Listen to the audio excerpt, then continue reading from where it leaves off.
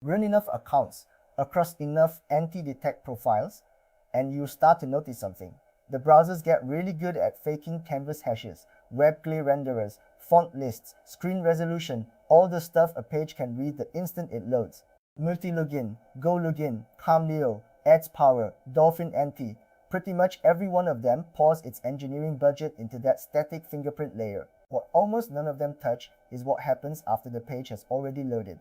How your mouse actually moves across the screen, how fast you click, how your fingers hit the keys when you type. That gap is the whole subject of this video.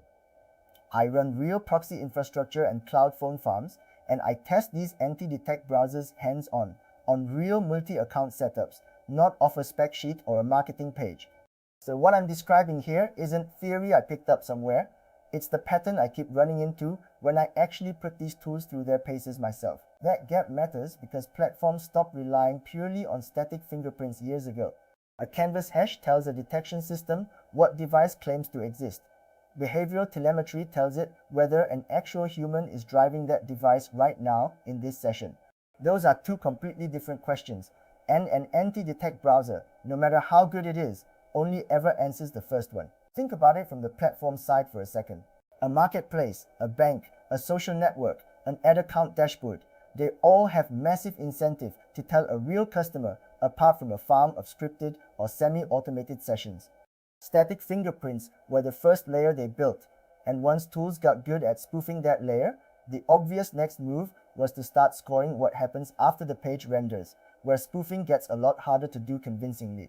So here's why mouse movement became a fingerprint in the first place. A browser can expose your mouse position through completely ordinary JavaScript event listeners. Mouse move, mouse down, mouse up, click. No special permission is needed. No pop-up asking you to allow anything. Any site can quietly log the entire path your cursor takes from the second the page finishes loading. And most of the big ones do exactly that. Human mouse movement has physical properties that turn out to be genuinely hard to fake. People don't move a mouse in a straight line from point A to point B. It follows something closer to a ballistic curve, fast acceleration right at the start, then deceleration and a few small corrections as you get near the target.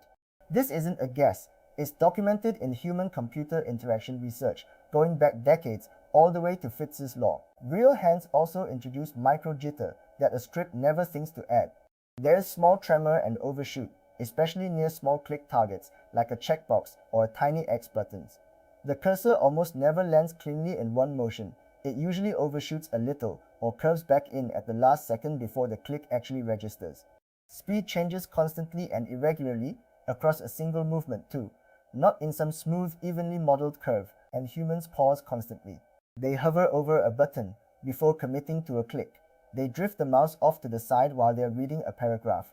They generally don't act with the mechanical immediacy a script does. Scripted automation tends to do more or less the opposite of all that. Selenium, Puppeteer, Playwright driving a page without an actual human on the input devices produces perfectly straight lines, constant velocity, instant jumps from one element straight to the next, and sometimes clicks that fire with no preceding movement at all, because the script never bothered to move a virtual cursor there first. Even when a script uses a Bezier curve library specifically to fake a more natural-looking path, the curve is often too smooth, too repeatable from session to session, or missing the jitter and pausing that real usage always has. A platform logging thousands of sessions a day can build a statistical baseline of what human movement actually looks like on their specific page and flag anything that deviates from it, including movement that's suspiciously too perfect to be real. None of this requires anything exotic running on the platform side either. A basic behavioral check can look at the time between page load and the first interaction, whether mouse movement happens before a click at all, the curvature and the point count of a given movement path, and how consistent that pattern stays across many sessions from what claims to be the same user. And here's the part that should worry anyone running a lot of profiles at once. If 10 different accounts all click the same sign up button using a nearly identical cursor path, that's a far stronger correlation signal than any single fingerprint attribute could ever be, because it points straight at one shared automation script behind all 10 rather than at 10 separate coincidences. This is exactly why session replay and behavioral analytics tools became such a normal part of fraud stacks, not just marketing tools. A lot of platforms already capture this data for conversion optimization, then quietly reuse the same event stream for trust and safety scoring. The infrastructure to catch scripted movement was often sitting there for a completely unrelated business reason long before anyone built a rule against it. Specifically, Cadence works on the exact same underlying principle, just applied to keys instead of the mouse. Two properties get logged through completely ordinary key down and key up events. Dwell time, meaning how long each individual key stays pressed before it's released, and flight time, meaning the gap between releasing one key and pressing down on the next one. Real typing has a naturally irregular rhythm to it. Common letter pairs get typed faster because of plain muscle memory. Unfamiliar sequences slow a person down, and there's real variance even within the same person typing the same word twice in a row. People also make typos and correct them, which is itself a signal, since scripted text injection almost never bothers generating a fake mistake and fixing it. Fatigue shows up too. A long form filled out at the end of a session tends to have a slightly different rhythm than the first field typed fresh, and that kind of drift over time is another thing a script running the same routine on loop never produces. Form fields that get filled through JavaScript's value assignment or automation scripts that type using a fixed delay per character tend to produce suspiciously uniform gaps between every single keystroke. A steady 50 millisecond gap between every character, with basically zero variance and zero corrections anywhere in the string, doesn't read like a person typing at all. It reads like a loop running on a timer. This is also exactly why paste events get logged separately from typed input on a lot of forms. Filling a field by pasting a value in skips keystroke timing entirely, and that absence of timing data is itself distinguishable both from real typing and from character-by-character automation trying to imitate it. Now, to be fair about what these tools are actually built for, multilogin, GoLogin, Camelio, adds power, Dolphin Anti, they modify or spoof things a page can query without any user interaction at all. Canvas rendering output, WebGL parameters, audio context fingerprints, installed font lists, user agent and platform strings, time zone, and paired with a proxy, IP-derived signals like SN and rough geolocation. That's the passive fingerprint layer, and it's genuinely useful for keeping separate profiles from colliding on attributes a page can read instantly on load before you've clicked anything. None of that touches input telemetry, because input telemetry simply isn't a property of the browser environment at all. It's a property of whatever is physically moving the mouse and pressing the keys during that specific session. You can have a perfectly spoofed canvas hash sitting right behind perfectly robotic mouse movements, and that's still a session carrying a strong behavioral tell all the way through it. The browser fingerprint and the behavior fingerprint get evaluated by different logic on the platform side, often built by entirely different vendors, a device fingerprinting SDK handling one layer, a bot detection or fraud scoring layer handling the other, frequently without talking to each other at all. Passing one check says absolutely nothing about whether you pass the other. Some anti-detect suites do advertise built-in human-like mouse or typing emulation as an add-on feature these days, where that actually exists. Treat it like any other simulated signal, nothing more.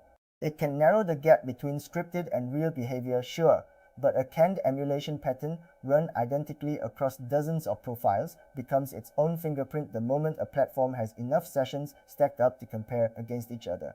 I haven't been handed real benchmark numbers on any specific vendor's emulation quality, and I'm not going to invent some just to sound more authoritative than I actually am. Treat any human-like input claim from a vendor as a feature worth testing on your own traffic, not as a guarantee you take at face value and build a business on. The honest way to test it is to watch what your own sessions look like from the outside, not to trust the marketing copy on a pricing page. Running real proxy and cloud phone infrastructure alongside these browsers day to day, the pattern I keep seeing is that the sessions drawing scrutiny usually aren't the ones with a slightly off font list or a mismatched time zones. They're the ones where every single profile behaves identically at the input layer, same click timing, same scroll pattern, same form fill speed, because that's the layer most operators never even think to vary between profiles. A fingerprint mismatch is one weak signal among hundreds a platform might be weighing at any given moment. A behavioral pattern repeated identically across dozens of supposedly different accounts is a much stronger correlation than that, and it doesn't require the platform to know anything at all about your browser configuration to catch it. That's usually the part people miss when they're comparing anti-detect tools purely on how well the fingerprint panel scores on some testing site. None of this means any particular anti-detect browser is safe, legit, or a scam. That's not a conclusion you can draw from how input telemetry works on its own. It depends heavily on how the tool actually gets used in practice. It also doesn't mean varying your mouse movement makes an account unbannable, or that anything covered here guarantees any outcome at all. The fingerprint layer and the behavior layer are separate problems, and the tool that's excellent at one tells you nothing about how it handles the other. If you're evaluating anti-detect browsers for multi-accounting work, understanding what a canvas spoof does and doesn't cover is table stakes, not the whole picture. Behavioral telemetry, mouse paths and keystroke rhythm included, gets evaluated independently of whatever the browser reports about itself on paper, and no amount of fingerprint tuning changes how a session actually moves once it's live in front of a detection system. I test these browsers on real multi-account setups, so the written reviews and the picks I actually trust are all at antidetectreview.org. Full written reviews and the tested picks are at antidetectreview.org. So go take a look and subscribe if you want the next breakdown on how this stuff really gets detected.